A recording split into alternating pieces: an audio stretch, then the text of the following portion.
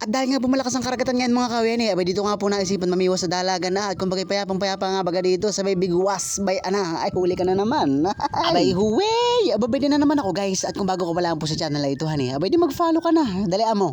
Magang-magang nga po mga kawen matapos ko nga po maghatid kay Ma'am Christine ako nga pinagyak lang na aking mga gagamitin at ako pinaglarga na rin agad dito sa buboy na abay dito maganda bagang panahon. At sa totoo nga lang po mga kawen ang tunay na plano ko po talaga ay doon po ako mamimiwas mga kawen sa bunganga ng ilog ng pinaglapatan at ako pinagbabaka sakali na baka makahuli ng talakay o kay kahit bugaong basta may huli. Daan ko nga po dito sa may dalagan mga kawen abay naabutan ko nga po ito si kuya na naglalambat kaya po talaga yung choice ko na lang po doon sa pinaglapatan kaya nga lang po dating ko mga kahoy bay dit labong-labo tapos may naglalambat din ba yun nagot dami sus Marius kaya nga po ako pinanghinaan ng loob na ito mga kahoy gawa na ako bagay nag-iisip kung saan ako mamimiwas abay ako mamimiwas doon sa palaisdaan ng Prayer Garden ay agot dami isda. Wala mga kahoy dito talaga tayo makakapamiwas sa dalagan dahil doon sa kabila may naglalambat tapos lipat ko naman dito ay labong-labo na nga may naglalambat din naman. Dito talaga tayo makakapwesto.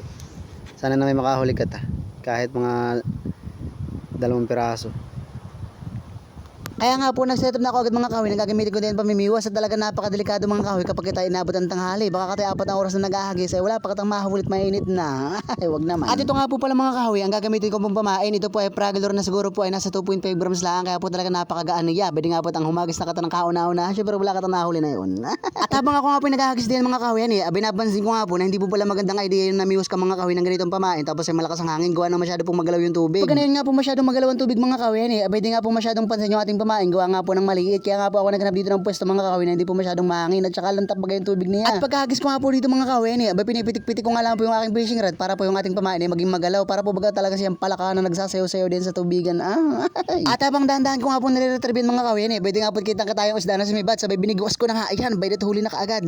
At habang nga po binabandon ko yan mga kahoy abay ko nga po dalangan sa aking isip na sana wag ka makawala at ako talaga magugutom kapag nakawala wala ako mahuhuling iba. At bay din nga po mga kahoy sa wakas ang kauna-unahan ko nga pong dala ngayong araw na ito abay talagang sure na nga mga kahoy ang pangulam ko ngayong umagahan abay talaga nang iniho ka na naman sa akin abay uwi. At dahil ako'y mauna sa mga kahoy abay alam ko sa sarili ko na hindi kakasya sa akin yung isang peraso ngayon pwede nga ako nagbabaka sakali na makahuli pa ako siguro mga 3 kiluhin sambog. At pagkahagis ko nga po mga kahoy ay di dating gawila ang pipitik-pitikin mo lang yung rod para maganda ang galaw ng lure mo pag hindi ka naman marunong ganito mga kahoy labitan mo yung lure mo tsaka mo pagpipitikin. Joke lang. At pagkasibad nga mga kahoy di pinatagal ko lang ng kaunti sabay bigwas ay talaga namang huli ka na naman diyan mga kahoy aba talaga malaki-laki ito kumpara doon sa isang mga kahoy siguro ang laki na ito yung mga 2 kilo kalahati.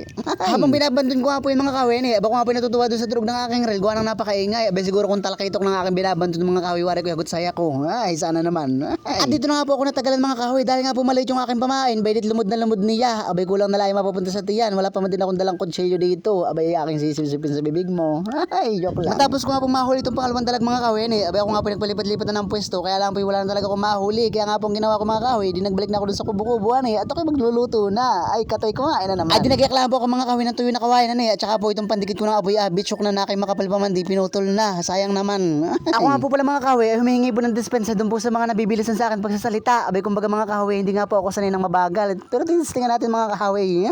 At dahil nga po may apoy na yan mga kahoy abay ano pang gagawin natin ay di yung ating dalaga ilalagay na natin di yan at para maluto na ako bagay napapakain na baga at magutom na pati tanghali na o ganayon baga.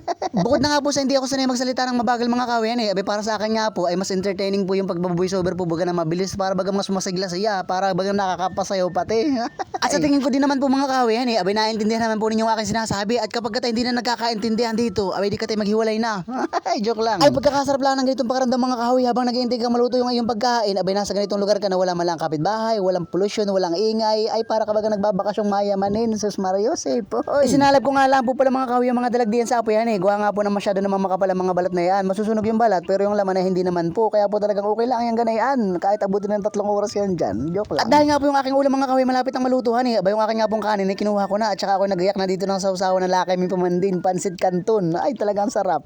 Abay abay talagang wari ko na may lutong-luto na yan mga kahoy pag inahilaw pa naman ay talagang yung aking sisigaan nga hanggang sa matunaw wag naman. At syempre abay ating i-check mga kahoy kung talagang luto na yan pwede nga po itim na itim yung balat pero pag buklat ko abay puting-puting naman yung laman abay talaga naman ganayan ang pagkakalutong maigi sus Mariosep.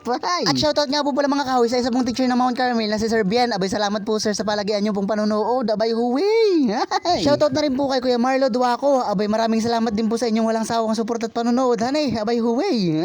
At shoutout na rin po kay Mac Lucero Dioneda, kay Don Terence Andrada at kay Janet Prodente Tinio. Abay huwi. Shoutout na rin po kay Jason Arevalo at kay Tatay Siloy from General Nakar. Sabi nga po ni Patricio Valencia. Abay huwi. At bay din nga po mga kahoy ang ating first bite. Abay talaga naman po napakasarap ng isda. Sariwang-sariwa baga naman. Tapos ang sausawan mo pa ituit langis. Abay talaga naman hagot din namnam. Para kang nagpakakain ng bitchin. Ay. Kain po tayo.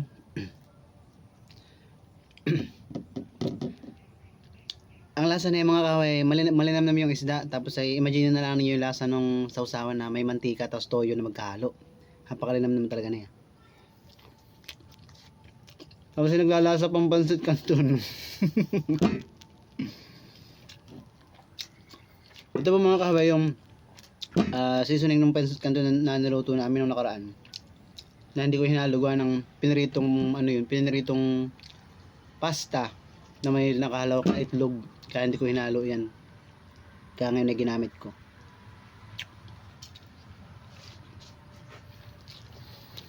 Sarap. The best. Sariwang-sariwa pa mga kahoy.